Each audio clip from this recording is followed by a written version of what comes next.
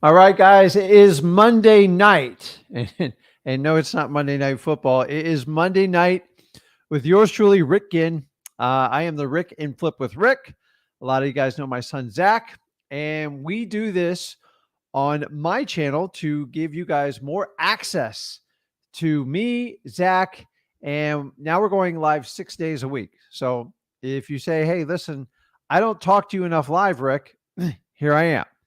So I see a comment by Ann. Is she still on here? Ann, we did this show as an addition to everything else we do. So Tuesday through Friday, we're normally on at 5 p.m. Eastern time. And then we do, Zach does one at Sunday night, really, really late. To be honest with you, I'm in bed. And I do it on Monday night at 8 p.m. Eastern. So the idea is give more access, especially people on the West Coast, because they're like, man, you guys do it so early. I'm here to tell you, we do it late too. So I got a little bit of cough, but I'm working on it. So I fight through it and we go from that. So today I'm going to talk about my $1 million mistake in wholesaling. And a lot of you guys are going to go, it's not like one big thing that takes me down. And I'm going to share with you some of my darkest, deepest failures in wholesaling. And the reason I'm going to share with you is number one, it's not to scare you, far from that. And number two is to show you how not to make these mistakes. And honestly, guys, think about this. In 20 years, I've made every known mistake known to mankind. Any wholesaler says like they make very few mistakes, they're lying to you. In your first, especially 3 or 4 years, you're going to make mistakes. That's how you learn in this business. There is no mechanical school. Yes, you can take courses. You can go over to freewholesaling.com. We teach the whole thing for free. And honestly, if you're brand new to this, I tell you, just go over to freewholesaling.com. But guys, if you love this kind of comment, today we are talking about $1 million mistakes. Do me a favor, hit that subscribe button, smash that like button if you like what's going on. And as you see in the pinned in the comments, I believe it's pinned in the comments. There is a link there if you want to join on the live, like some of the people below there. Just click that. And what I'm going to do is take the first 15, 20 minutes, kind of go over my mistakes. That's cost me well in excess of $1 million. I wish it was just $1 million. And then jump on there. And if you guys have something you want to talk to about wholesaling, honestly, you don't even have to have a question. If you just need some motivation or you want to talk to someone that's been in your shoes, or you actually want to work on a deal, which is probably my favorite thing to do, there's no bad questions you can ask. So if you go in the comment section, which you guys can use to introduce yourselves and let me know what market you're in, that's a great way to start. So let's jump into it. So you're probably thinking like, dude, what kind of mistakes is he going to throw out here? I promise you, you are going to make these mistakes. So the sooner you acknowledge them, the better off you're going to be as a wholesaler. Everybody, so many of these people like try to personify like these perfect, like I do everything perfect. Listen, to this date, I still make mistakes, but I make a lot more wins than I do mistakes, and that's how you win.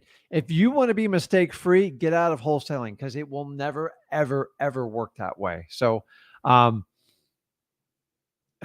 me roll into it. So anyways, if you guys are brand new to my channel, my name is Rick Ginn. And as I said, if you're brand new to this, go over to freewholesaling.com. We offer a absolutely free, 100% free, no upgrade course to get you started wholesaling to earn your first $100,000. Guys, jump on that and it will change your life as a lot of people that have been on this live. So I'm going to put on the ticker here and I'm going to jump in. I just made a couple points on here. So I came up really after thinking about this yesterday. Really 6 main things that I thought of that, really, honestly, I picked up in my first 3 to 4 years. And if you guys can get over these obstacles, or it's not get over it, it's just be aware of it. Because if you're aware it can be a problem, then that's how you can fix it. So these mistakes have combined to cost me not $1 million, millions and millions of dollars. and we all evolve. Some of us do it at a different pace. It took me longer, and I admit that to everybody. And I want you to learn from this. So even if you haven't done your first wholesale deal or you've done 50, I want you to pay attention to it and think where this might fit in to your business, and understanding it's not always just like you can identify your personality traits. Like I'm a type of guy, I want to get to know everybody, and I just want to have a good time. That's who I am. So in the beginning, that cost me some actually it cost me a lot of money. So let's start off with number one, which this can affix you, is guys getting close with your cash buyers. It's it's a killer. I've lost friendships over this. And what do I mean?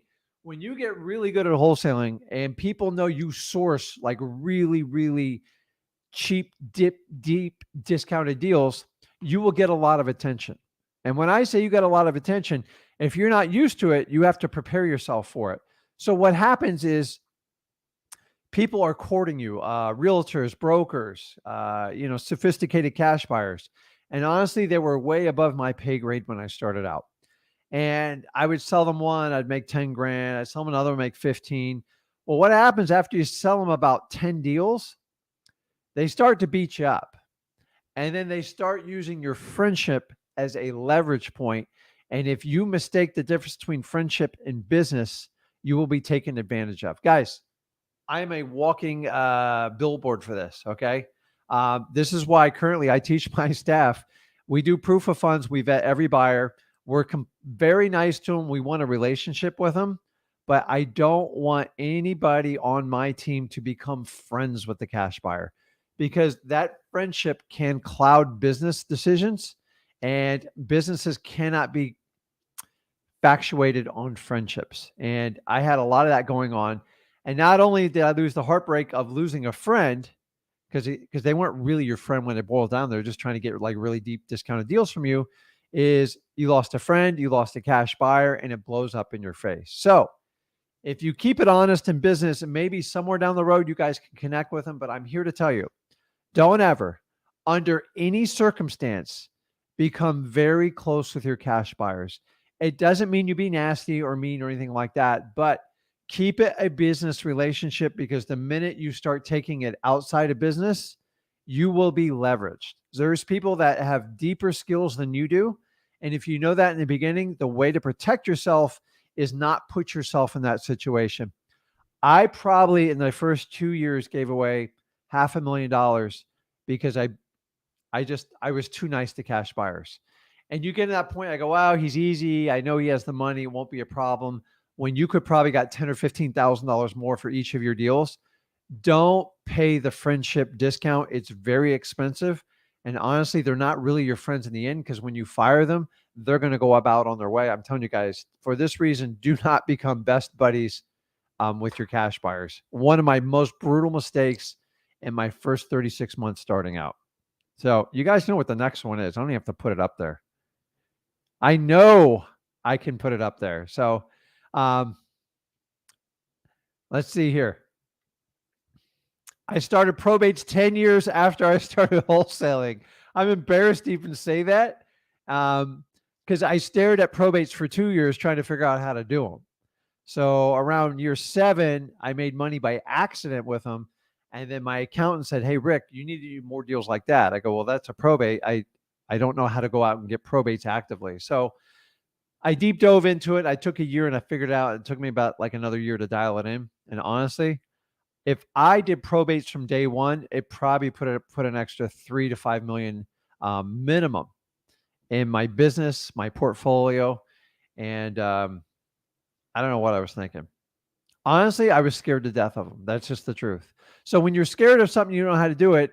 The only way to attack it is head on. And that's what I did. I just took way too long. So if you're doing wholesaling, please make sure you are incorporating probates in your deal. You'll only need 1 or 2 a year, and they will change your entire business on probates. They make a lot of money.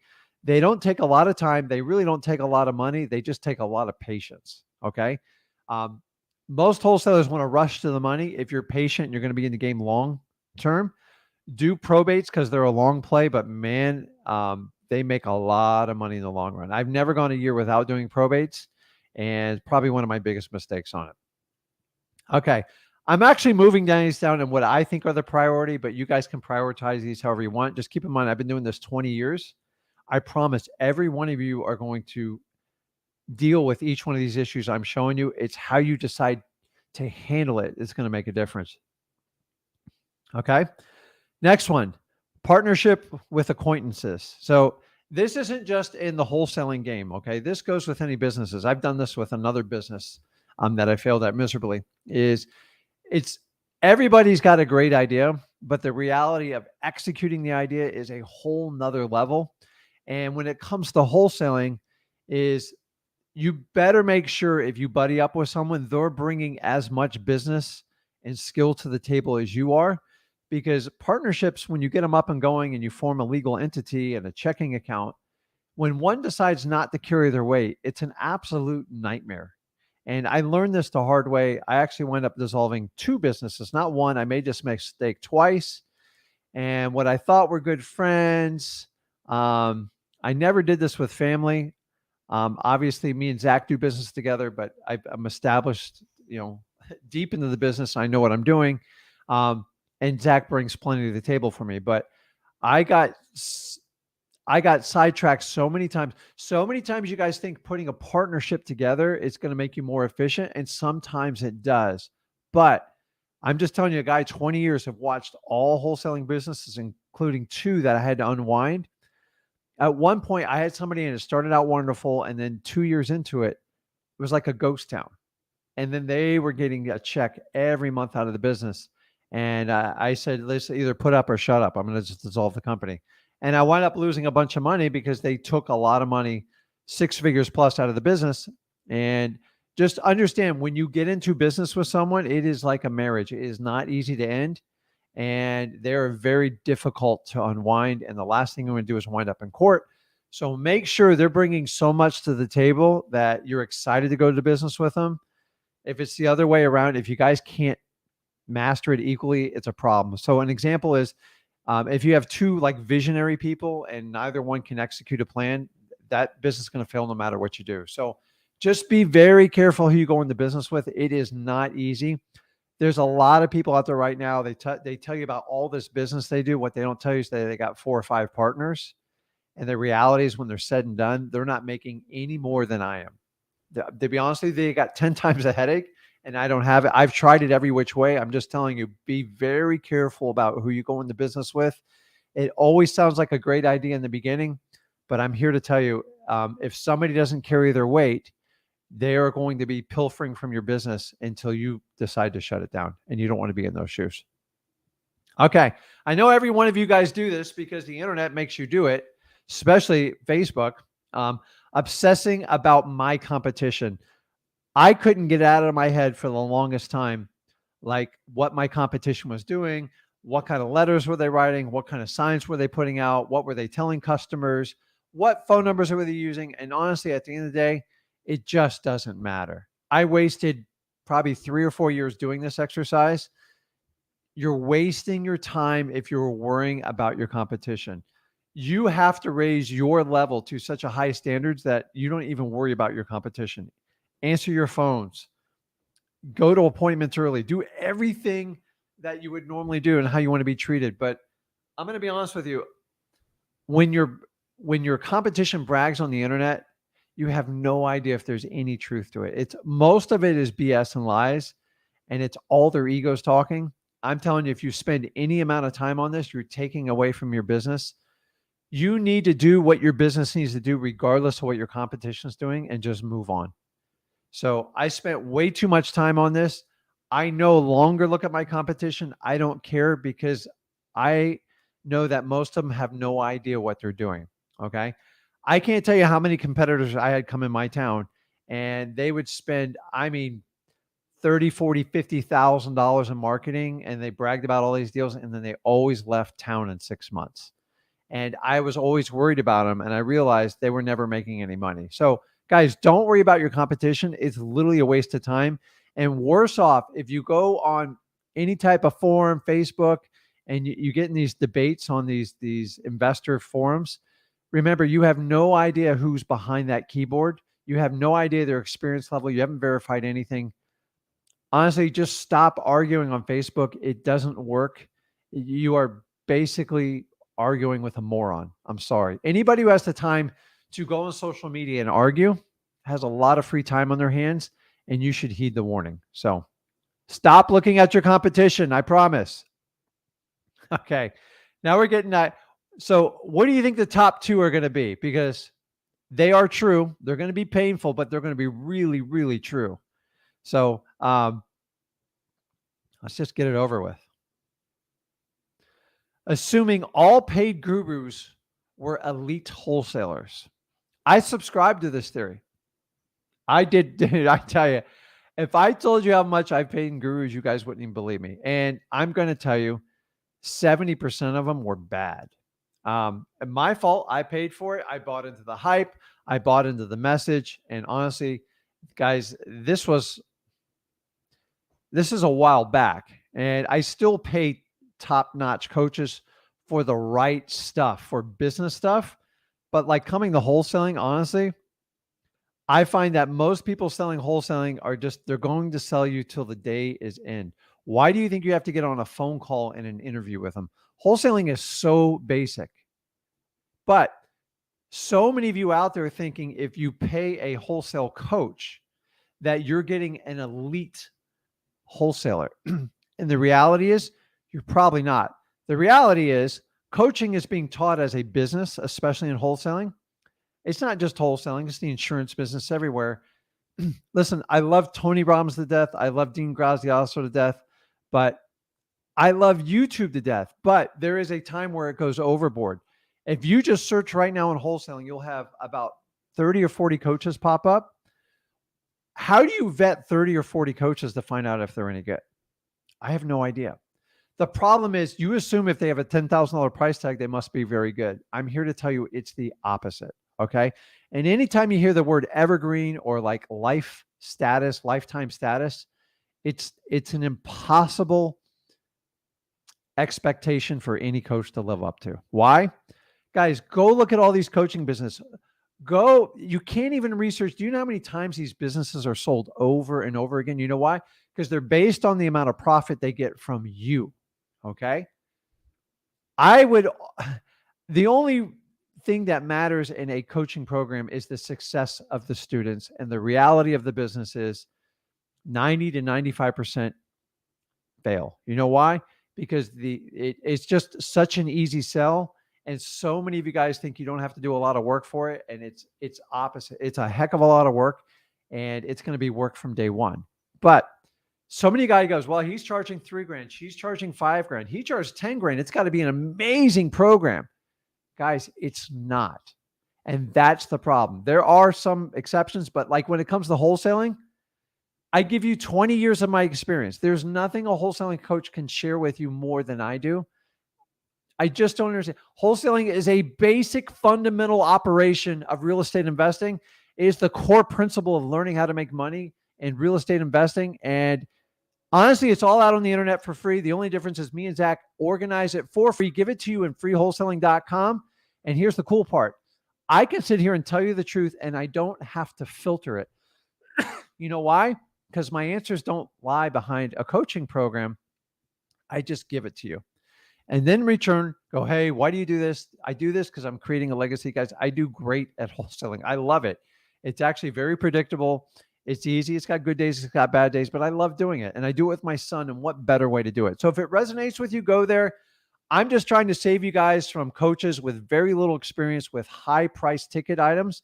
And I promise you, if you think the ticket price is high, I promise you, it does not make them a master wholesaler. If anything, I would question the opposite. So any program you're looking to sign up, ask the guru, specifically in wholesaling, that's all I'm talking about. Ask them for their last 5 deals and make sure it's in their company name and make sure you get a HUD. And if you can't get that, why would you ever pay this person? They're telling you they're doing 10 to 15 deals. Every one of them brag about it. Okay. They all go to coaching masterminds to figure out how to extract more money from you guys. Me and Zach are just here to give it to you for free. Okay. And I believe learning wholesaling should be like learning your ABCs up to your first $100,000. Then you pick your money. This isn't even my top one. Okay. I'm just telling you, guys, I've watched since 2011, 12. Wholesaling has gone from like a little bit of a secret to now it's like on the extreme opposite side. It's extreme. And I heard another day from one of you told me, I believe, I think he's on the chat here, says they're trying to relabel wholesaling to give it a new word to try to trick you guys as much as humanly possible. So listen, if you want to learn it the right way, go over to freewholesaling.com. We teach you for free, absolutely no strings attached, no credit card. No one's going to call you. No one's going to pound you. I give you my 20 years experience. Zach has his 5 years experience. And if you want to learn wholesaling, I can't think of a better way to do it. If you want to pay someone, I'm just here to tell you, just because they have a high price ticket, it does not mean they are an elite wholesaler. Ask for their last 5 HUDs right away. And if you get some BS answer, that's the type of course you're going to get. Okay. So let's save up the last one here. You ready? My ego. So it's true. So many times I tell you guys, and this is part of just maturing. And I did not have this in the beginning. Honestly, I didn't have this in my first 5 years. Your ego will hold you back because if you always think you're right, you will never listen to advice on accepting constructive criticism, and life can get hard, especially in wholesaling. How do I find my virtual markets? I just watch people brag. They brag. They just give it away. So you should be reserved. My ego's all here. I never talk about cars. I talk a little bit about boats because I like to go fishing. I don't talk about my house or anything because it has no bearing. My stuff's not going to help you guys do anything. The only thing I can use is up here. I can share it with you, and what better way?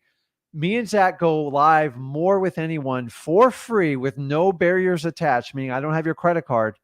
That's why we go 6 days a week, and we give it all away for free because we want to help out as many people as possible, and we want you guys to share the message. And I'm here to tell you, your ego is basically your subconscious trying to convince your conscious mind that you are always right, even when you're dead wrong. So the minute you can lose your ego, amazing things will happen in your life. And as a wholesaler, unbelievable things will happen in your life. And if you guys will just take advantage of that and hold on to it, I'm not making this up. That's why my ego is coming in at number one. I fought this one really hard my first 5 years. And then the next 10 years after that, I let a little bit go each month. And I had to learn the hard way. So I'm here to tell you, your ego will get you in trouble. So there's no point. You always decide how you react to people. And that is always a big part of your ego. And you have to understand that. So if you guys can take these 6 things, with the ego being the last one, and understand that your ego will hold you back in the long run. And we all have it. It's all built up in here. It's kind of like the devil on your shoulder, but you can listen to other people's criticism. It doesn't even mean you even have to take it in or agree to it. But the minute you're always talking over and you're right with people, it's a problem. If you're going to brag, it's a problem. If you can't tell people the truth, it's the problem. Because any type of coaching, if it's paid or free, if you can't share the truth, like what's going on in your business, what's holding you up, and just be honest and open, it's very hard to get it fixed. So if you want to live and say, listen, I'm making 1,000 calls a day, I'm collecting 100 driving for dollars leads a day, and I can't understand why it's working, and you're not actually doing that, then I'm going to give you really bad advice because it's not going to help you. So you can't say anything wrong, guys. I've been out there putting bandit signs out on a weekday night when it's 40 degrees in Florida. Yes, that's cold at night here. And I've been bitten up by fleas in houses. I've been chased by dogs. I've been sworn at. I've been swung at twice. Dude, we could do an entire show on this. I plan on doing something on it, but I'm one of these sick guys that actually loves wholesaling. So if you go, well, Rick, are you just going to leave like the other guys? Dude, I've been here 20 years. I ain't going anywhere. So, and I really love doing this with my son. So you guys know where my heart is. So I want to help you guys out. So If you have any questions, I'm going to check the comments here. I'm going to take everybody in order on the lives. And here's the key with the live is just be brutally honest. If you're honest, I can help. If you lie, I'll give you bad information and it won't help. And then you'll have to keep lying every other call after that. And it's of no help. So since you're not paying and everything's free here, you should come with your best foot forward and just be honest, because that's how you truly help. Yes, there's some ugly side of wholesaling. Nobody ever wants to talk about it. Nobody ever wants to talk about when your deals dry up or my marketing runs out or I'm short of funds. I've been through it all. Like, I promise you, everybody on this live, anybody in the comments, there's nothing you haven't thought of or experienced that I have not personally been through. And I'm still going through it. It's just bigger numbers. Just add another zero to it. And instead of having $100,000, I used to have $1,000 headache. Then I have a 10,000. Then it was 100,000. Now I'm looking at like $1 million headaches. And now I'm trying to get to the million to like 10 million. And honestly, I feel like I'm starting all over. But that's the beautiful thing about real estate investing. And wholesaling is always the foundation of how everything builds on it. So you guys always want to learn wholesaling first. If anybody teaches you to do it any other way, and you think you're cheating it, honestly, it's going to screw you up in the long run, because wholesaling is the foundation of buying deeply discounted property. So let me jump in here. So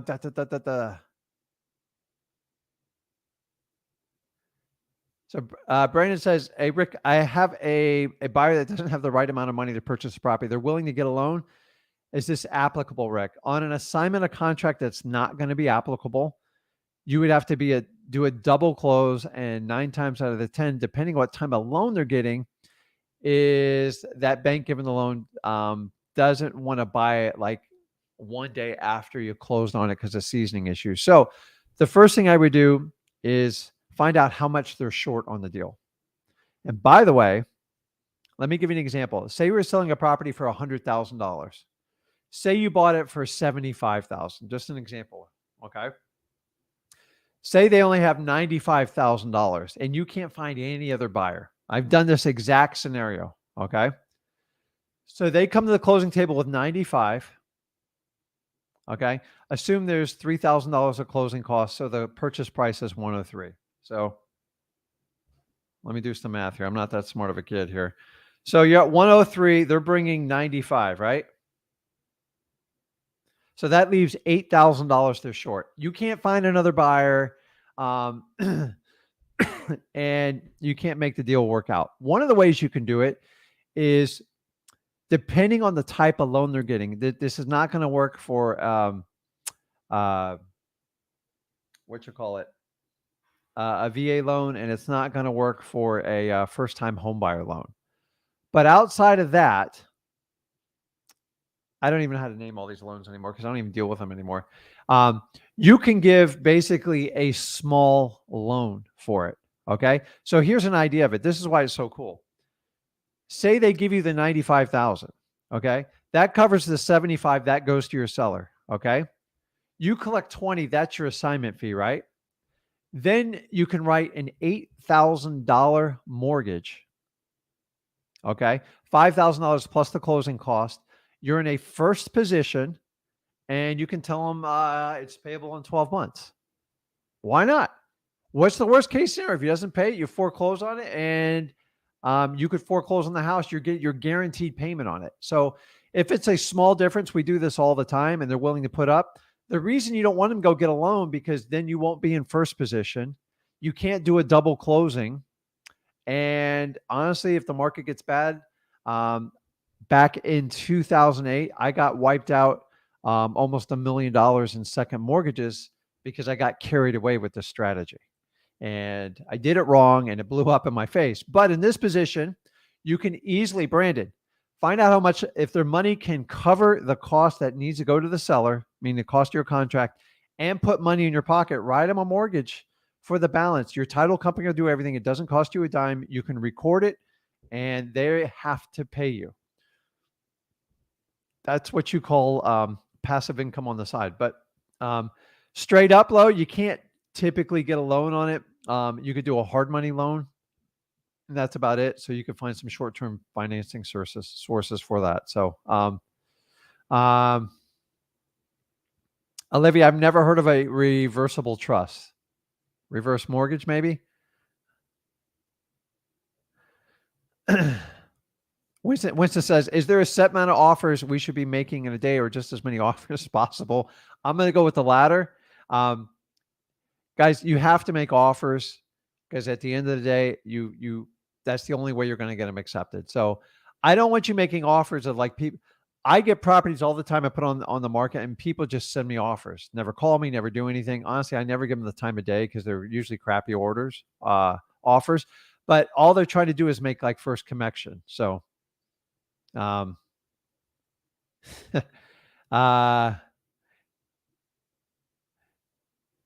okay. Appreciate you guys. Okay, cool. Okay, so Purse, are you there? Yeah. Hi, how are you doing? Hey, how you doing, man? I never had to work these screens. What's going on, man?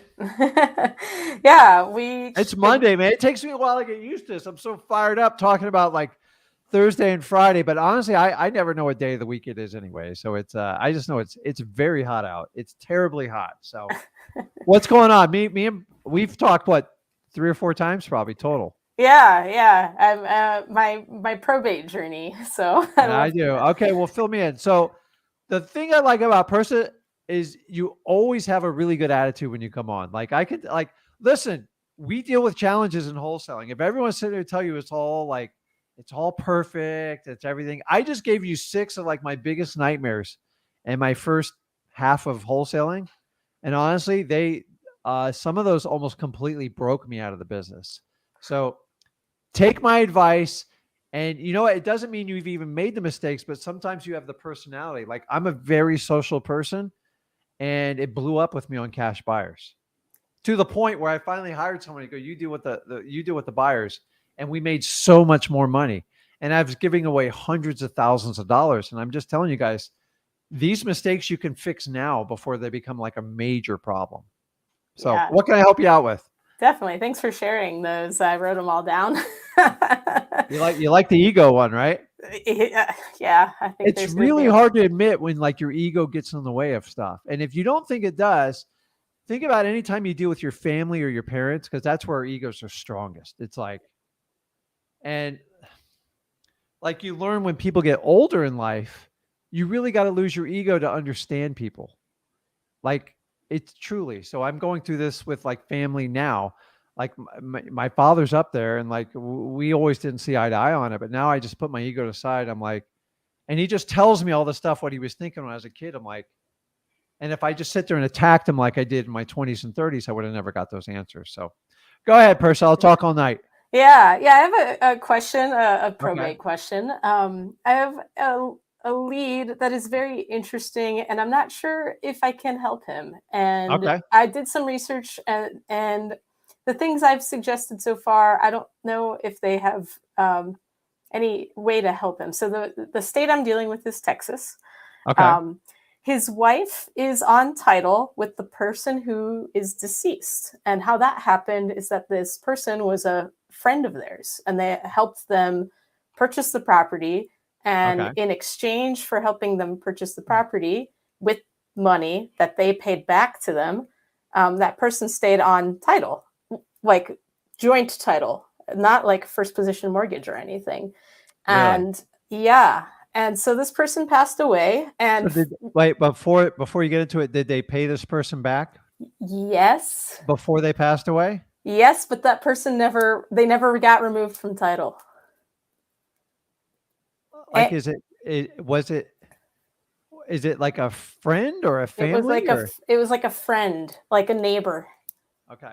So and before you get into this, I know exactly where you're going with this because I've been through this. Okay. Something weird happens in probate. And this is where like you almost feel like you're in the twilight zone. I have people all the time who call me on probate and I get excited. They call me like, the house is a wreck, blah, blah. And you get there and you look at and you listen to their story. You're like, deep down something doesn't add up.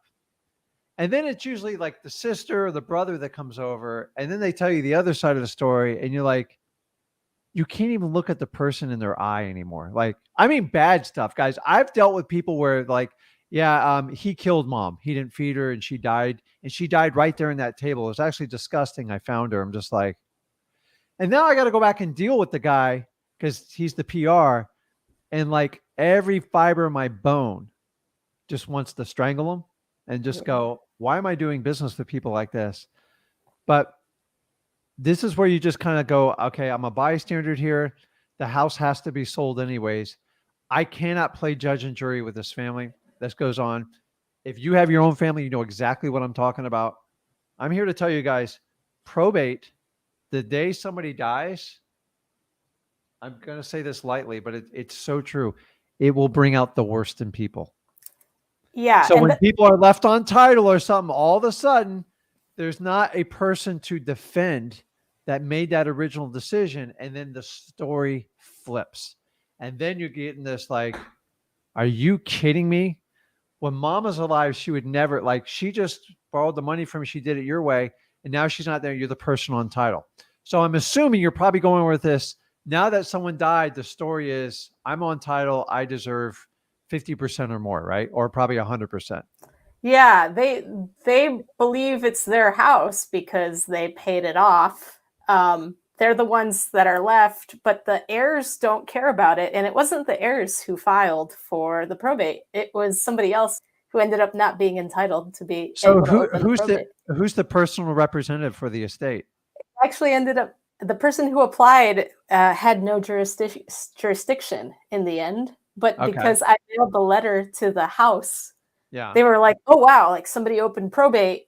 This woman who helped us with this house died 4 years ago, and the family never cared about it. So it's super weird. I don't know if I could actually. So who's anything. The PR right now as we speak? No one. The probate was not valid. Probate's not valid. Okay. So where are you left with it? He was trying to figure out how to get the title in their name because this person's no longer alive. Okay. So how long ago did they pass away? 4 years. Good Lord. Okay. You're still in the sweet spot. Anything within 5 years or less. So what are how many heirs are there supposedly? Supposedly there's a son and a grandson, but none of them want anything to do with this process. Because they know that it's not a house they're entitled to. I don't know. Okay. So what's going on with the house right now? Is somebody living in it or is it being rented? What's going on? So the lady who's on title with the deceased lady is the wife of the man who called me. And they used to live in the house. They moved out. They've tried to sell it in the past 4 years. They haven't been able to because of this title issue. So they've rented it. The renters have trashed the place. Then once they've realized that they don't have any way to get this property sold, I guess they stopped paying taxes on the property too. Okay. So how far behind is it on taxes? That's a good question. I don't actually know. So you can look that up. It's really easy to look in your city or county site. It's all they have to be easy by law. So here's your challenge. Do you know if the person died with a will or not? I don't. Okay. So I would do a little investigative work. It sounds like you've talked to one or two of the heirs at one point, right? No, I've only talked to this person who's on title. I've never talked to any of the heirs. Really? Yeah. Okay. You know what? I would try to reach out one of the heirs and just to say, listen, I'm just trying to do a little diligence. Because the reason you want to reach out to the heirs is you want to find out if a probate gets open, are they going to challenge it? Or do they know something you don't know? If anyone's going to have a copy of the will, it would be them. Most of the time when a family has a tight relationship, the heirs are all over. Like you can't get them off the phone with you. And when they don't want anything to do with it, it's usually just a distressed family relationship. Like, I don't want anything to do with them. Okay. The heirs actually If it's a direct bloodline, like, children or a spouse or anything like that, they're always in control. Even with this going on, it sounds, but how long ago was that deed recorded? Oh, like 15 years. Yeah. Okay. So it's going to be hard to contest, and they probably got title insurance on it. Have you ran it by the title company? No. Okay. So let me ask you, the person that's on the deed, do you have communication with them? Her husband. Okay. Her husband. Okay. Do they want to sell it? If they could, they would. Okay. If you can get a smoking deal on it, it's worth it. But if they even want a hint of retail, just pack it up and leave, because they're going to lose it in foreclosure, 100%. Because the taxes, I'm not familiar with Texas, but usually after 2 years, by year 3, they're foreclosing and putting on the auction block. Okay. Oh, interesting. So if you're okay with, I would explore the heirs, because I got to sleep at night. I want to make sure a family's not getting screwed over. And honestly, when you open up the probate, they're going to reach out to them legally anyways. Okay. And if you can find the money, then you're a hero. Okay. All you need to know is, do you know if she died with a will? That's the most important thing. And does anybody have a recollection or a copy of where that will would be? That will be the fastest way to get that probate done. If not, it goes in front of a judge, and then they got to hear testimony, and it takes some time. And they got to find out why this person's on title, what their interests are, and that person might get squirrely on you. But it was so long ago, you can't really take them off a title. So as bad as it sounds, this person shouldn't be on title. That's not your job to judge or decide it. What's your job in this, Pirsa? Just to problem solve, I think. And get the property sold. So if you look at probate like that, understanding you are going to hear some of the most messed up stuff you will ever hear in your life. Oh. I'm just telling you, man, I've seen people shred wills at the last minute. We've all sorts of crazy stuff. Just, you can tell when there's a bitter family rival, and when they get like that, I just get out of the way. I'm like, call me when you settle it. I cannot do all this. And so this one's messy, but remember, your job is just to get the property liquidated legally and ethically. I'm not here to. So I would reach out to heirs to see if you got a fight on your hand. And here's how you look at it. Look at where they are in the taxes to make sure it's not on the auction block. And if all that's there, run your numbers and come up with an ARV in the property in as-is condition, and make sure you got a hefty room for profit. The minimum is got to be at least 30K or more.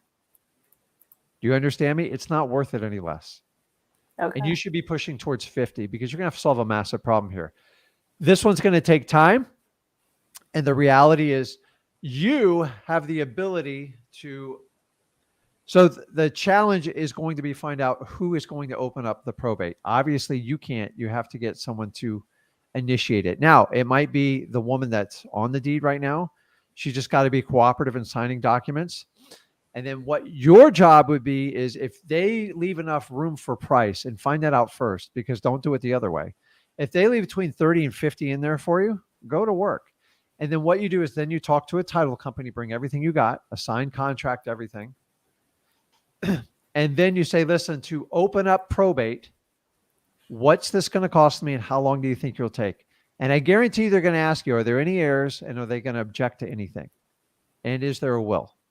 And if you can answer that questions right there, the attorney should be able to tell you, go, listen, Pirsa, you got about a 60-70% probability this is going to go through, and I'm going to need $1,000 up front. Remember, court costs are usually between $500 and $900 on the average county. Okay. I cut a deal with the attorneys. I go, I'll tell you what, if you open up the probate, I'll get them to sign the documents. I will front you the $1,000 if the odds are in your favor, like 70% or more. You can borrow that money from someone or whatever. And then from there, you can ask them, they're going to ask, how do we pay the balance? The balance will be paid at closing. Ask them what their normal closing fee is. Like, he goes, listen, it's normally about $2,500 to get a probate done. Then give him $3,000 or $3,500. Just tell him to take the court cost up front, and then he can get the balance at the closing. And those are the deals I cut all the time. Like, I've got like 6 or 7 going on right now. Here's the thing in probate is nobody wants to pay the attorney's fees, but you'll let the $1,500 attorney fee get in the way of $50,000. It's nuts. And what's if you had to guess the ARV of that house, just roughly, just a quick math number in your head, as is, rough shape. Yeah. ARV as is. So, or if somebody flips it. I'm going to give you 5 seconds to answer this. If you had to sell it right now, 1, 2, 3. I don't know. 150, 150? Probably 150. Yeah. Okay. So think about this. The person's probably, the benefit of the person getting into that probate for you is they're going to walk away with at least $100,000 probably. Yeah. Like I'd be bending over backwards if you told me news like that. Dude, yeah. Listen, you want to do this with me, just hit me up on support at Flip with Rick. These happen. Now, it could take 90 days. It could take 9 months. I don't know. But remember, if you're in this a long haul, let it go all the way through. Solving people's little legal problems, you just got to get through steps in it. Okay? If they want to sell, they'll enter a contract and they'll commit to you and they'll cooperate with the attorney and do everything you say. Dude, $1,000 is nothing. It's like taking it to Vegas and say, listen, you got 70% chance on hitting like red or black. 70% is going to be on red. I will bet on red all day long on those numbers. But the house number's like what, 46%? I don't bet on those numbers. I'm terrible in Vegas. I just throw the money when I walk in. It's just easier. This one's easy. I do have a question. Like, how would I find the heirs? Because I kind of gave it a shot. All I had was like first ask. This person's got to know something. Okay. And then you can do an extensive search for someone. Within $10-15, you can find out everybody in their bloodline. Like the internet's amazing today. Like you can do them like for free, or you can even go on like Fiverr and have someone do an advanced skip trace on one person for like $5.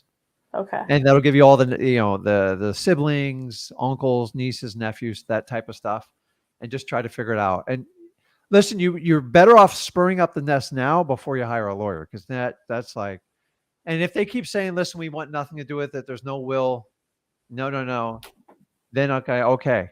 But honestly, even then, even if they come up, I'm fine. If I think they're owed at least half the estate, but that's not up to me to decide. A judge will.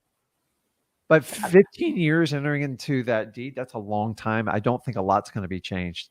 And honestly, if they haven't complained after 4 years, I don't really see them coming out of the woodwork. So when you open up a probate, it announces to the world. And then that's when you got it. So they usually get like a 90-day window to say something. If they do that, then they got to go to court, and then it gets expensive. That's the problem with it. Not that there's a problem with it, but I don't want to pay a lawyer $400 an hour to keep going to court to answer stupid questions. Yeah. So I guess the weird part was that somebody who wasn't an heir already tried to open probate. That was a weird story. Who was that? With it. Who was that? Supposedly some weird things happened with the caretaker at the end of that woman's life. Yeah. So it's just manipulation. So you need to do it. You're going to have to work with the person that's on the deed. That's because she needs to get the other person's name off of there to have a legal, clean record. Yeah. Or they're never going to be able to sell it. So that's the person you work with. Start with the title company, do your investigative work. Then you reach out to the attorney. Okay. And then you talk to the title company, and you're looking for kind of an investor-friendly attorney that will work a deal. The attorney will get a little bit more money, but they are taking risk by waiting till the end. But you are taking a gamble doing this. I won't lie to you up front. So if you need to partner up with someone, you can have someone like, can you imagine go, so listen, give me $1,000, and if it works out, I'll give you 5,000 back. There's a 70% probability. And then like worst case scenario, if it doesn't work out, I'll pay you the $1,000 back. You just might have to take a few payments from me. I do that. I did that in the beginning. I once borrowed, ready for this? I borrowed $50,000 from someone I borrowed it for 2 hours, and I gave him $10,000 back. Wow. Because a realtor called my assignment contract to the table, and like, so I had to double close, and I wasn't prepared when I was young. And I had to go downstairs to a mortgage broker I knew. I go, can I borrow like 50 grand for 10 minutes? And it's like, I had the wrong title company. I had everything. And I'm just saying these are beautiful. So let me know if you need help with it. Okay. It's just, you're going to have to do, the problem is I can't use my attorney and stuff like that because we got to use local people. Right. And I'm not overly conversed with Texas law. So doing the order I told you there, and honestly, I got like 6 or 7 of these. I always have 1 or 2 of them brewing like that. Okay, I got cool. one out with like $100,000. This kind of the same deal. Very, very similar. The problem is your conscience is going to tell you, like, this person doesn't even belong in the deed. Like, no. Yeah. Worst case scenario, if you can't get anything done, the problem is how much is the rehab on the property, you think, if you had to guess? Pretty bad, right? Yeah. Okay, well, that becomes a little bit more. If there wasn't a lot of rehab need to be done, sometimes you can give people $3,000 to $5,000. They'll just sign the deed over. You put it in an LLC and you rent it out for the rest of your life, and you earn like $1,500 a month. Yeah. I got like 2 of those going on right now. Wow. So the best thing if I come and write to you guys would be if I manage to do all those steps up to the point of getting it under contract. Well, do the contract thing first, because if they're not willing to work with you, don't waste your time. Okay. Honestly, you're their only hope. This is a motivated seller. It's just nobody else can solve the problem. You'll solve it, but there's got to be you can't be 10, 15 grand in here. It ain't going to work. Yeah. You have to take tremendous risk. Okay. Yeah. I would also write the contract that upon the closing that the person on the deed is going to reimburse you for all legal expenses too. That shouldn't be your expense. You're giving them your expertise and you're taking the risk up front. You can ask them for the money. Go, listen, if you want, you can just give me the $7,000 now. Yeah. They'll never pay it. If they did, they would have already done it. Say you get them under contract, are there contingencies in this contract about this process? Well, technically for them, so I'm going to teach you a little trick here in wholesaling, really real estate. So if they enter into a standard contract with you, which I would do like a Texas state approved contract, because this thing's going to get scrutiny, is they are under obligation to deliver you clear title. And until they clear title, you don't even have to worry about it. Oh, so my time doesn't start until clear title. You got wide open. You can look for cash buyers. You can do all sorts. You can get estimates. You can set up the world for it. But always start with the motivation of the seller. If they're like, oh, I need 159,000, I'm like, you don't have clear title. And from what I can tell, you've tried this before. Listen, you want to keep doing it that way, you're going to lose the auction according to my math. Yeah. And just kind of go from there. They've got to understand you are the only solution. PERSA is the only solution for them. You've done the work. These are quite common. Most people, what do they say? They'll trip over a dime to go get $1 or whatever it is. They let the legal fees tie them up when there's sometimes hundreds of thousands of dollars sitting on the other side from them. And what better way to help everybody out with this? Like, just don't judge how it got there. It's way past your control. Yeah. Cool. Got it? Yeah. Thank you. This is okay. Huge. You got to report back to me on that one. So you just got to solve problem, and you got to keep moving forward, and you won't have all the answers. And that's where you bring in a title company first. Then you can bring in a lawyer under the advisement of the title company and tell them what you want to accomplish. And then I always say to lawyer, everything laid out here, what percentage do you think I have a shot? Like 10, 15 minutes. I don't want to spend any money, because once you start spending money on lawyers, then it's real, because it's a la carte in our legal system. That means if he only has to go to one hearing, one motion, it's cheap. If he has to go to like 5 depositions and stuff, this is brutal. It sucks. So weigh your options and say, listen, you're a betting man. What are my probabilities of getting a clear title? And just saying it like a reasonable amount of time. And then I always tell them, the sooner you can get it done, I'll be more generous. And that's it. And just, unfortunately, you'll have to go through 5 or 6 attorneys to get what I'm asking you for. So I typically look for younger attorneys starting out that don't have a good book of business and they want to do it like all day long. You could technically even have like a paralegal do this, but that's a whole nother topic. So, cool. And you'll figure that out in probates, because paralegals do all the work. The lawyers just sign the stuff. I found that out the hard way. So if you have one that doesn't need any type of go to court, they're just mailing documents, you can hire a paralegal, and they're $75 an hour, and they get most of it done. Wow. This is incredible. Okay. Don't judge the person because they're on title. You're concentrating on probates. This is going to come up all the time. I promise you. So, all right. Thank you. Yeah. Okay. Let me know how it works out. Sounds good. Awesome. Okay, guys. So did you hear that? So remember, it has very little to do with real estate. It has to do with helping people solve problems. So I love probates. I can do it all day. What's up, Benji? Hey, how are you? Man, looks dark behind you, man. I know. I'm like a Are you night owl in watching here. Monday Night Football on the other side? Are you? No, I promise I'm not. I can't watch preseason, man. It's hard enough to watch the NFL period these days. But Yeah, I'd have to what's agree going with on, that. man? What can I help you out with? So I'm still working on this lead all the way from June. I'm pretty sure you and Zach know about it. It's the one with the sister and the three brothers. One of the brothers in jail. And so basically, I followed up with her again. She was like MIA on me for like a month, like following up. She just wasn't responding to me. So I called her on Thursday, and she basically said like she's removing herself from the situation because she doesn't want to deal with it, but she's still going to be on the deed. And she's like, I don't care anymore. Like if my brothers lose the house, they lose the house and stuff like that. So I'm like, okay. And she said she's getting her younger brother, who's like 21, to reach out to me. And I was like, okay, here, like, let me save you the pain. Like, what's his number? And she was Okay. kind of like hesitant to give it to me. So I'm like, okay, well, that doesn't help. Well, I said, I'll keep following up with you like every week. So I just don't know now if I should just take a look at the deed and see like who's the oldest heir on there and reach out to them. So, because she basically, at the start, they were all in agreement. They wanted like 150 to 180 for the house. But now, like, they're not in agreement anymore because the reason why the brother is in jail because that brother abused the sister's kid, and it's a whole mess. Yeah. So how many heirs are there total? There's Four? four on the deed, I believe. Sister and Okay. three brothers. Okay. And who's the one not in agreement? Or that you can't tell? I can't tell. I'm pretty sure it has to do with the brother in jail. She's Yeah. like, the brother in jail is the one holding it against them.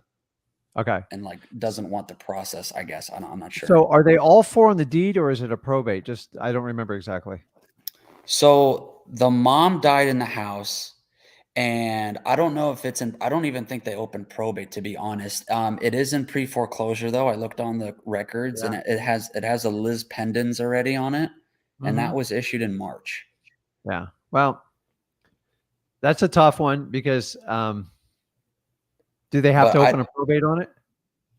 I'm not sure. I'd have to ask her on that. That's another question I need to ask. So who's on the deed right now as we speak? I have to look at the actual deed. I can't pull it up on my laptop, but when I looked at the property appraiser's site, it was all four of them on there, and it said a 25% stake for each of them. Okay, so it sounds like they've already been through some sort of probate. Yeah, I guess so. They do have a trust too, so I think the property is actually in a trust. So I guess that would circumvent the probate.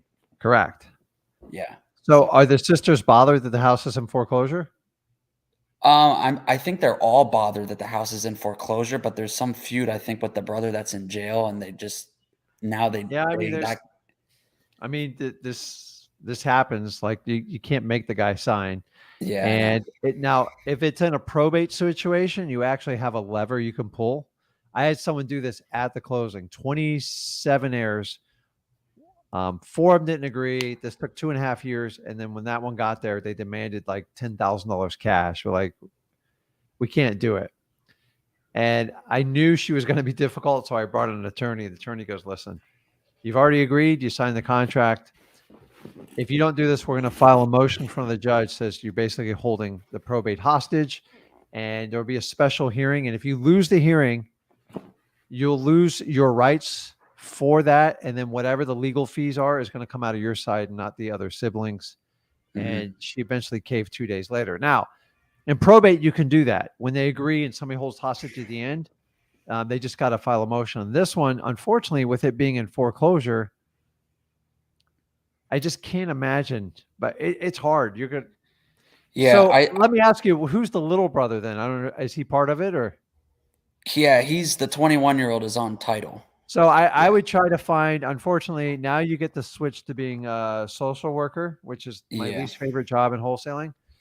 Try to find out who has the best connection with the brother and try to have you talking to the brother is probably never going to be good, even if you got that phone call or that meeting, because you're the one trying to screw everything up. So try to have someone say, listen, at least I can get you some cigarette money in jail or like something to barter with. Or what if we put your money and I'll put it in a trust fund, and when you get out, just open up an account and you put it in a cash account for them. They can still use that money in jail, from what I understand. Yeah, I think what I need, but so you're going to need a little bit of time, and I think what I need to do is reach out to the eldest heir because she's still cordial with me. She's not against me. She's just doesn't want to deal with the crap that's coming from the other side. Yeah. So I just feel like I should reach out to the like even other in the older worst case brother. scenario, I try to prepare a closing and try to get it done, because the only thing you got to communicate to him, you doing it personally is not going to help, is how much proceeds he's going to get. Instead of like, he's concentrating on what his sisters are going to get and he wants to screw them on that. So say they were all getting like 20 grand each. He's just focusing on the 20 grand his sisters get, not the 20 grand he's getting.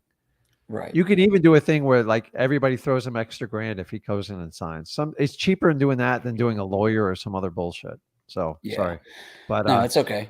Sometimes, listen, guys, you can't make people sign. We can't go Tony Soprano and go, listen, you're going to sign here, I'm going to break your fingers. It doesn't work that way. So the only thing you can do is try to have someone communicate that has a relationship with him. Maybe if the guy's, I don't know, like an ex-girlfriend or someone, just to look out. Do you know how long the guy's in jail for? I have no idea, really, to be honest. I just know that it had to do with her.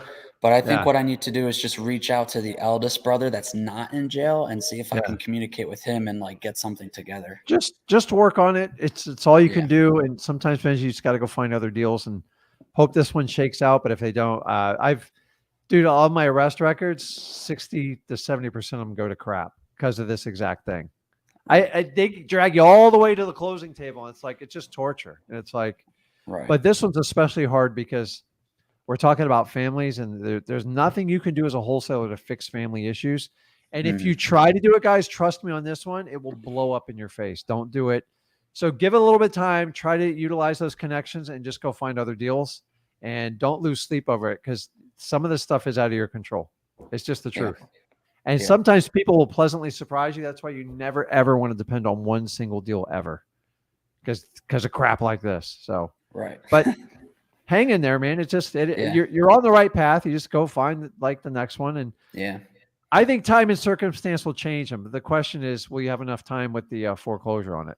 Yeah. Like I said, the Liz Pendens was in March. I don't think they have an auction date yet. So other than that, I've just been cold calling her like 2-3 hours every day. So, well, keep at it, man. You're on the right path.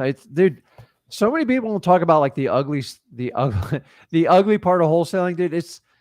I tell you, man, it's like asking a girl to a high school dance, and you go to pick her up, and it's like she won't get the card. You just want to like, what's going on? Well, I don't feel good today. It's like, and it just drives you crazy. But like, there's nothing you've done. If you haven't done anything wrong, the key is, Benji, is like, don't beat up yourself. Just go, I went in the right direction. I tried this. You're never going to bat 1,000 wholesaling. I've never met anybody did. Honestly. Yeah. You're probably going to bat less than 10%. It's just in the whole scheme of things. Once you get a live one, that's a whole different one. But like, just it happens. So if a Major League Baseball player, if a slugger's hitting the 30%, like, don't get upset about it and just find other deals and just keep the door open. They might play ball with you up to the very end. You just got to figure if there's going to be any profit left at the end for you. But once they set that auction date, your hands are probably going to be tied. You will not have enough time to get it done. Yeah. And you got to get that message across to them, okay? Yeah, I will. Okay, Benji. Keep it going, man. Appreciate it. I appreciate it, man. Okay. Let's see here.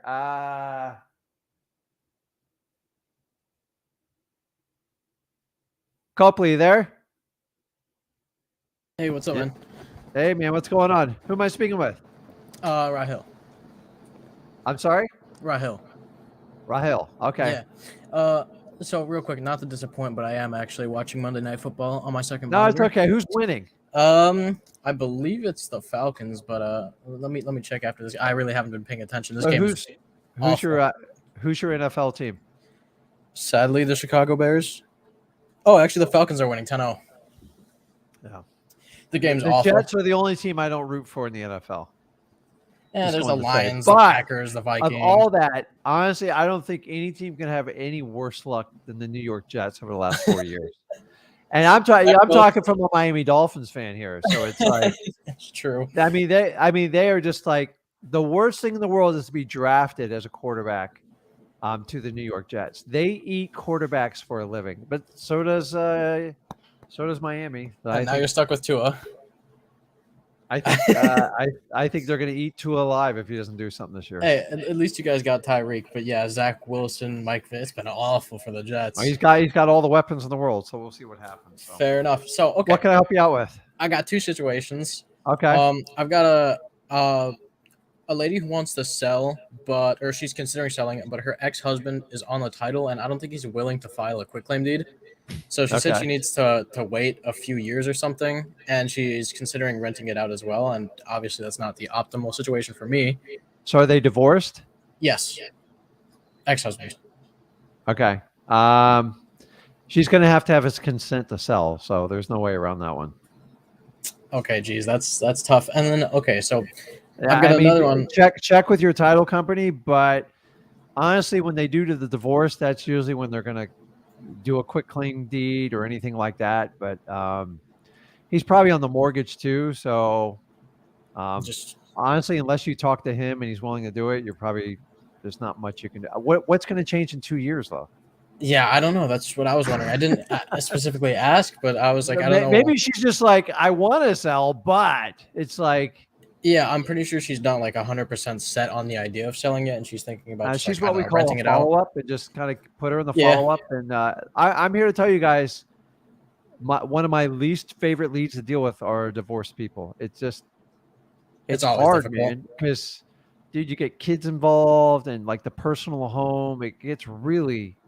And here's the problem: is if you buddy up with one side, you're the arch enemy of the other, and you can never win. So I remember speaking to the husband. He's like, "Oh, dude, whatever. I'll do whatever to sell." I go, "Well, what about your ex?" He goes, "She's reasonable, but good luck with that one." I'm like, "Can I have her phone number? Call her." And she's like, "You're gonna do what?"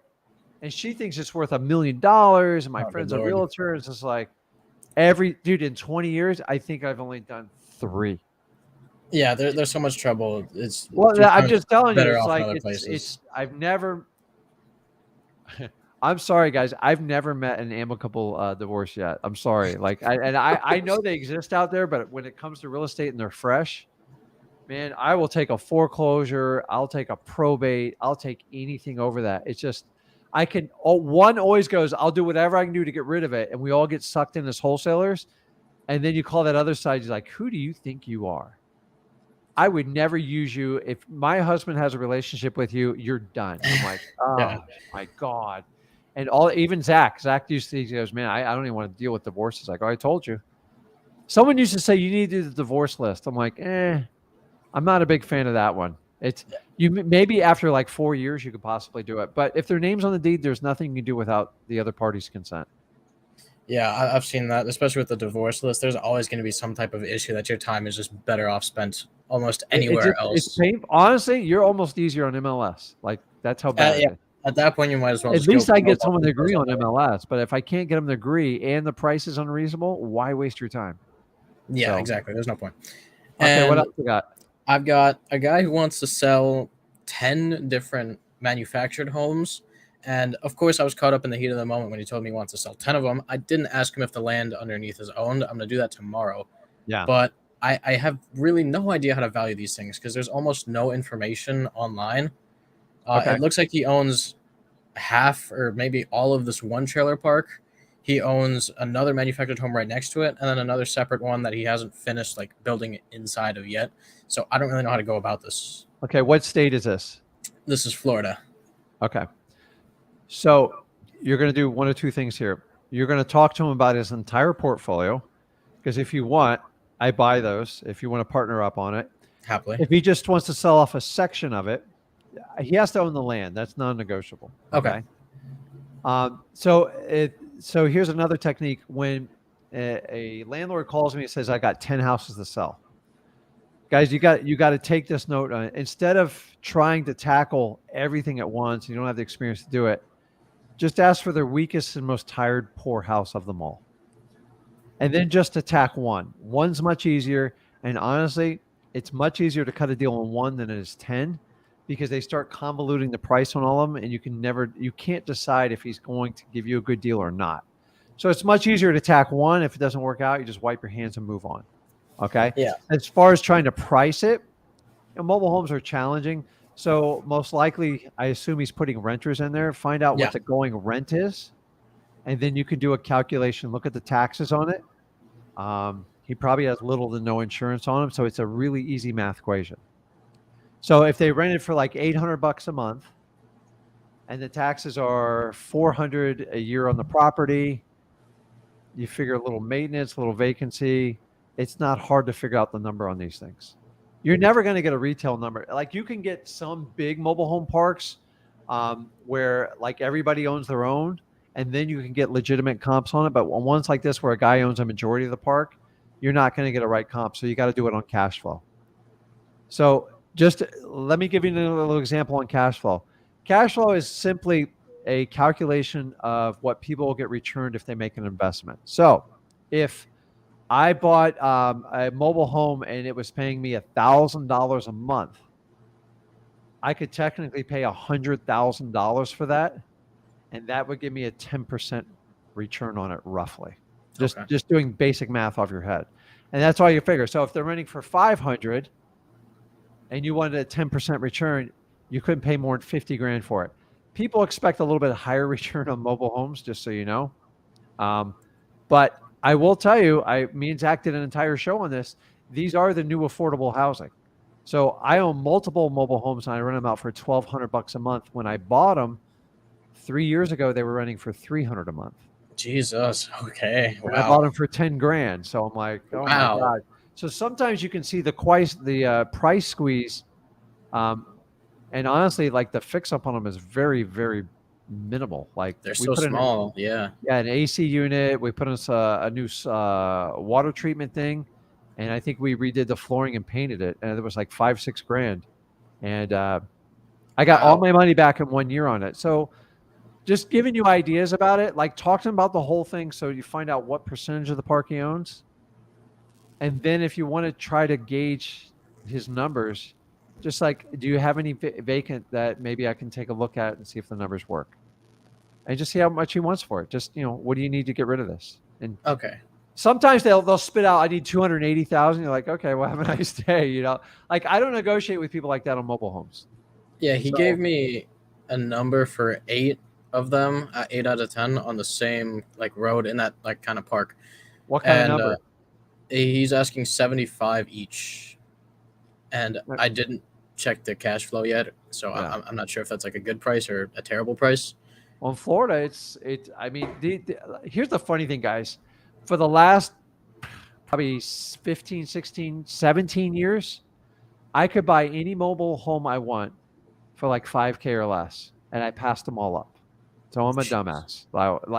Fair enough. So now I look at it, the few I own now, I flipped a lot of them because they were really old, like 80s. And when a mobile home gets old, you put in a new trailer and you throw the other one away. Yeah.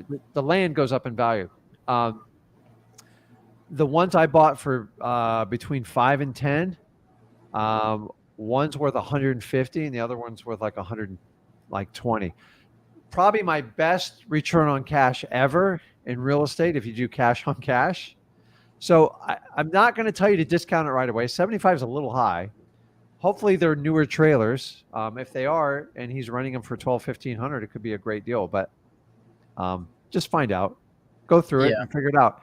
And then if he wants to talk about the whole park, just hit me up if you want to do a JV or something like that, because we do them all. They're not that hard to fund because they're all cash, and you can't go to a bank and get money for that. They just need another investor to whip out the cash. So if it's $500,000 or $600,000 for like X percentage of the park, you can figure it out and kind of go from there. So I put it on the bottom. If there's something that we can work with, just let me know, or you can hit me up at support with Flip with Rick. Okay. And in the case that these are all like let's say it is a really good deal, do I just get them all in one contract and then send that over to you if I wanted? Yeah, but someone will call you on my team and kind of like walk you through it, because they're going to need a bit more of an explanation on it. Fair enough. Just get as much information as you can as you find out. Sometimes these guys sell the whole park and it's a good deal. Like, I'm telling you, good deals, although they're coming a lot more frequent, but find out. I'd normally say 75, you're out of your mind, but like the world's changed. I don't know where it's located, what the rents are, so you got to fill in on all that information and the condition of the trailers. But remember, trailers after 30 years plus, they're easier just to trade them out. There's no fixing them. I gotcha. 60 grand gives you a brand new trailer, like state of the art. Wow. Okay. 60, And 65 grand. So like working on them's a waste of money because it costs you 10 or 15 grand just to work on the roof and stuff. And honestly, it's just like switching out a new car. at that point, there's no reason to do so. Okay. I know he kicked out, or I guess evicted one person, and apparently he claims to be getting like 30 to 40 calls a week, and he said it won't be hard to what do you call Rent it? Yeah, re-rent it. Yeah. So there's that. That's a vacant one that could be. Dude, there's standing room only for trailer parks in Florida because it's just the average rent across the state is like $2,500. I'm talking like 2-2 stuff, like 3-2s. That's not even doable anymore. Yeah. So the numbers have really gotten way out of line where like it's not uncommon to get $1,000 for just even a small trailer anymore. I've seen that. It's sky high now. It actually blows my mind. I had the option of buying an entire park, and I churned it down because the average rental was like $350, and now it's over $1,200. But ouch. It, things change, man. Like sometimes you see. So if you find a trend like that, go crazy in that park and try to buy everything. I gotcha. Because I've had the opportunity of 3 parks, and I was more reserved. Remember, I felt my ego got in my way. I felt the trailers were below me, and I was just stupid. And to find out you actually make more money on trailers than you do on some of your single family homes. So, dude, you can flip anything. It's just a different way to cut it up. Yeah, sometimes that's where the best cash flow lies, depending on how good the deal is and the area and all that stuff. So, guys, don't overlook mobile homes. Honestly, when the mobile homes went on my list, we pushed them out. We didn't even call them. And I had 3 mobile homes they wanted to give to me with the land, and I turned them down. Yeah, it'd be hundreds of thousands of dollars, guys. My mistake of making millions in wholesaling is just all you have to do is open your mind and like lose your ego when you do it, and just say, okay, I'm open to it. Yeah, I recently just started including vacant land and mobile homes into my lists, and it's made such a massive difference. I think mobile homes are actually easier than vacant land because they cash flow. That's true. And if you have like no comps, it's a lot easier to actually calculate how much it's worth and all that. It's easy. Okay, bud. Let me know how it works out, man. Will do. Appreciate you as always. I'll see you, man. Okay. Yo, you there? What's going on, Rick? Hey, man. How you doing? I'm doing pretty good.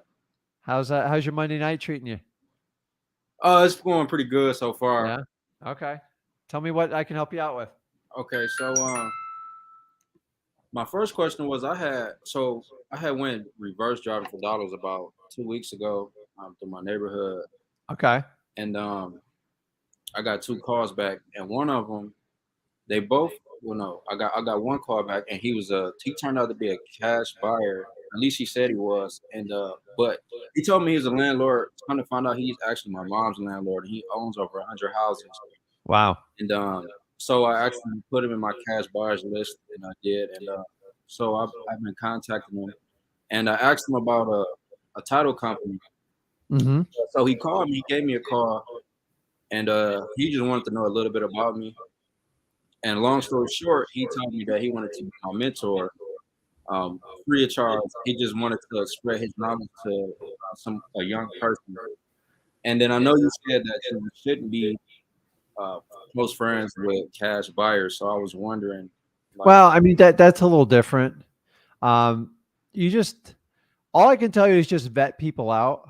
I've known people that own hundreds of homes that scary, like really bad habits, and you just don't want to pick up. The problem is you just don't know the person's. You got to look at their personal habits before like you get into their businesses. So my suggestion is, go with a cup of coffee or lunch and just see how you interact with them. Like, don't commit to anything. Look at it as like on a first date, because that's basically what you are. And the only way a mentor works naturally is you connect with them and you believe in them. But the worst is when you get, way down the pipeline, you find like they do stuff unethically, and it's like really tough to get unwound with them. And for that reason, even though the 100 homes is impressive, but I got to tell you, I've met a lot of old school guys, man. They're brutal, man. They'll run anybody over to buy a home. They don't like give a crap about anybody. And I went under their tutelage, and some treated me good, but I got to be honest, the bad ones I learned a lot of lessons from too. So I would look at it as an opportunity to be able to actually buy some properties too, because a lot of mentorships are like, hey, I have this problem property. If you can help take it over and right the ship, I'll exchange and show you how to do the business. Or it goes, listen, why don't you just let me buy the property and then you can make your money on the assignment contract. And then it's a symbiotic relationship on that. So don't think you have to be the student right off the bat. A lot of, how old is this person? 48. It's young, so it's not even old. Dude, just go and see if you connect with them. And listen, if you could get a natural mentor that you didn't have to pay in your local market, it's not the worst thing in the world. I'm not going to sit here and lie to you. But I would still stick to the core things of what I teach in freewholesaling.com and understanding you will meet so many different investors in it. Everybody has their own little set way to do things. And some of it will drive you nuts and some of you will think it's brilliant.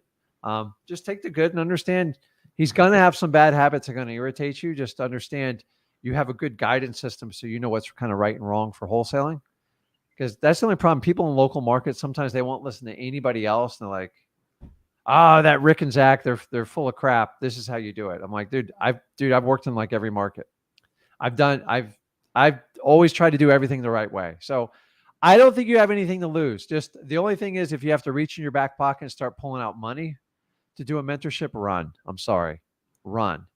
If he wants to trade skill set and you do, some work for him here and there, then decide what your limits are and what you want to do that. But guys, you can learn from everybody. As long as people aren't taking advantage of you and like you're on your guard, then you've got nothing to lose with it. I would do it in a heartbeat. I did this 5 or 6 times in my local market. And I've done it with probably 15 people below me. The problem is the people I taught, like 9 times out of 10, they don't listen. They want the paycheck. They want the big flip. They just don't want to do any of the work for it. And so I'd walk them through one, I'd do the whole thing with them and we would split it. And then they'd try to do it on their own and they'd fail. I'm like, you didn't pay attention. I go, remember when I told you had to knock on 100 doors every day? They're like, yeah, I don't want to do that. I'm like, you're not going to get a deal. So go for it. Just the minute they ask you for money or a loan, just go, uh-oh, Rick told me about this. And if it doesn't happen, then so be it. So, but you got to be open and you got to be willing to be a little bit vulnerable to like learn. I do make an exception for mentors in local markets because you do get an advanced skill set. They do teach you about the local market. As long as they do it ethically, you got nothing to lose. So I would use my sources in that one. I don't think you can go wrong. Okay. And try to be a buyer of houses. Like, don't discount yourself right off the bat. Go, listen, you got anything tired and weak that you want me to look at? Maybe I can move it for you. And he's like, oh my God, he'll sell it for me. And in exchange, you'll make some money on it and he'll teach you his skill set. Why not? Okay. But the most value he's going to teach you in the areas where he likes to buy. And then if he lets you look at his portfolio, you'll know exactly where to market for properties. And then see if he's still buying anymore and what he's buying today. Because they're all changing right now. So. And also I got another question. Yeah. I had met with the local wholesaler not too long ago, and he told me that the market that we're in isn't sustainable, and he just does completely virtual wholesaling. He said that I could do something here, but it's not really sustainable. And like I probably could agree with that because like half of the city is like war zones. So where are you at exactly again? In Michigan. Dude, I'm here to tell you, dude, I've known people retiring on wholesaling. Michigan's a big state. So you gotta pick the zones. I've already told you how to go back and pickpocket off other people and duplicate their success. I'd trade spots with you in a heartbeat, buddy. Between Florida and Michigan. Michigan's like, I'm not going to say it's easier. It's just more doable for a beginner, in my opinion. So remember, when you take advice from another wholesaler, it's just their opinion. Do not let it dictate the rules of your life or you're going to be very limited. Successful wholesalers, even bad wholesalers, will tell you it's bad. You can't do it. Dude, if you think it's tough in Michigan, go to California, go to New York, go to Florida. And I'm just telling you, it's an uphill battle for brand new people. because there's so many obstacles. It doesn't mean it can't be done. It can be done, but you are right within. I mean, I know you got a lot of war zones over there, but there's a lot of opportunity in between those zones. And so you have to pick the markets you want to do, but, and you can do virtual, you can do virtual semi-local within like even 100-mile radius. Cause think about it. If you find a really good deal and there's like a lot of motivation there, you can find a way to get transportation and go over there and look at it. It would be worth it if there was like a $30,000 or $50,000 deal. So whereas if you had to go to like Oregon or like Tennessee, like you got to hop on a plane to do that stuff or get on a bus, which would be, it's terrible. So you're crazy to leave the state you're in. I'm telling you right now. If you want to go virtual within Michigan, it's well within your means. It's not that spread out. But do not let one wholesaler ever dictate what your limitations are. That's everybody told me when I started in Florida, don't do it here. You're going to get killed.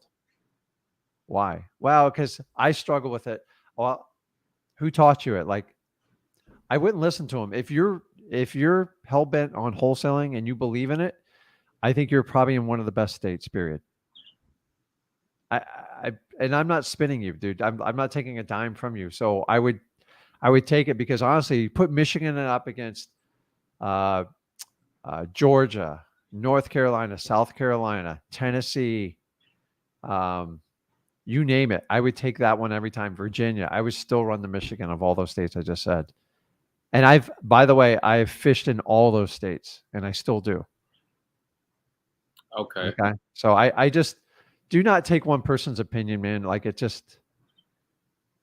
kind of like that. It's kind of like dealing with like that friend who has that girl. He's like, you don't want her, man. She's a pain in the butt, man. Like, and then he's secretly dating her behind your back. So, I wouldn't put a lot of stock in it, man. I really remember I told you one of my biggest $1 million mistakes was paying too much attention to my competition. Mm-hmm. I don't have any competition. I don't even care. Like when I go out and we market, we get deals, we have to work it. We meet people. We still have to work the cash buyers. It's the same as 2003. It's just more hoops I jump through now. That's it. You're in a wonderful place to do it. Just pick the areas you want to do it in and don't do business where you don't want to do it. If you feel like you want to sell it and it's a rough area and it's like, I started out in some war zones over here in like Fort Pierce and I got my back window broken, smashed in while I was driving. I stepped on a needle once. I got chased by pit bulls. And I said, I'm not doing this anymore. I was making like $5,000 and $8,000 profits. And it wasn't hard, but it was risky, man. And I didn't like doing it. I just said, listen, whenever I make some money, I ain't doing this anymore. And I haven't gone back. It's not worth it anymore. I don't want to do it. So if you can do it and you got connections, do what you got to do. But like you get to be able to do business. But please don't leave the state of Michigan. I'm just begging you. It would be a huge mistake. You're going to think back to us, go, Rick told me to stay in Michigan. Remember, virtual markets, like once you leave your state, there's a lot of challenges because you don't know the local markets. You can't look at the property. There's a lot of stuff you can't do. And therefore, your hands are always tied behind your back. So keep that in mind.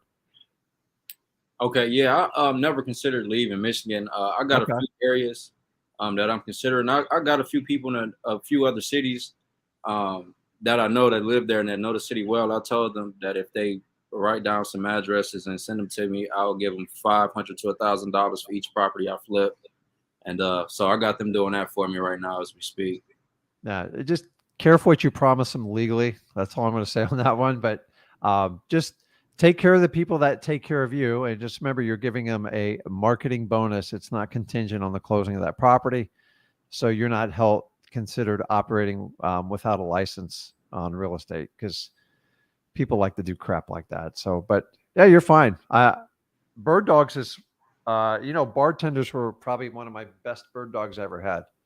They gave me everybody's property that had a problem, everyone that was getting divorced, everyone that was in foreclosure, everyone that wanted to sell a property with a problem tenant. They always came from a bartender. So guys, write that down. Use your bartenders as bird dogs. It works really, really well. So you got it, man. What else you got? Oh, that's all I got, man. Okay. We'll go to try to get the code violation list again tomorrow. Hopefully it works out the best for me. If not, then I'll send somebody else in there like you tell me to. Okay. You got it, man. You got it. Let me see here. Okay, but let me know how that works out, and we'll go from there. Okay. All right. Talk to you later. Okay, man. See you. Okay, guys. Let me see. I left ego up there on purpose so you guys would never forget about it. So, guys, do me a favor. Give me a thumbs up if you appreciate the live. Make sure you're subscribed to my YouTube channel, Rick Ginn. Check out my son, Zach Ginn. Zach will be on tomorrow and Wednesday, regular time, 5 p.m. Eastern time. And then we'll be on together Thursday, 5 p.m. Eastern, and I'll be back on Friday. So, guys, go out there, get some deals. Remember, you guys always have a way to connect with me and Zach, and I will see you in the next live. Guys, give me a thumbs up. Make sure you subscribe to the channel, and I'll see you in a few days. Zach will be on tomorrow. I'll see you guys.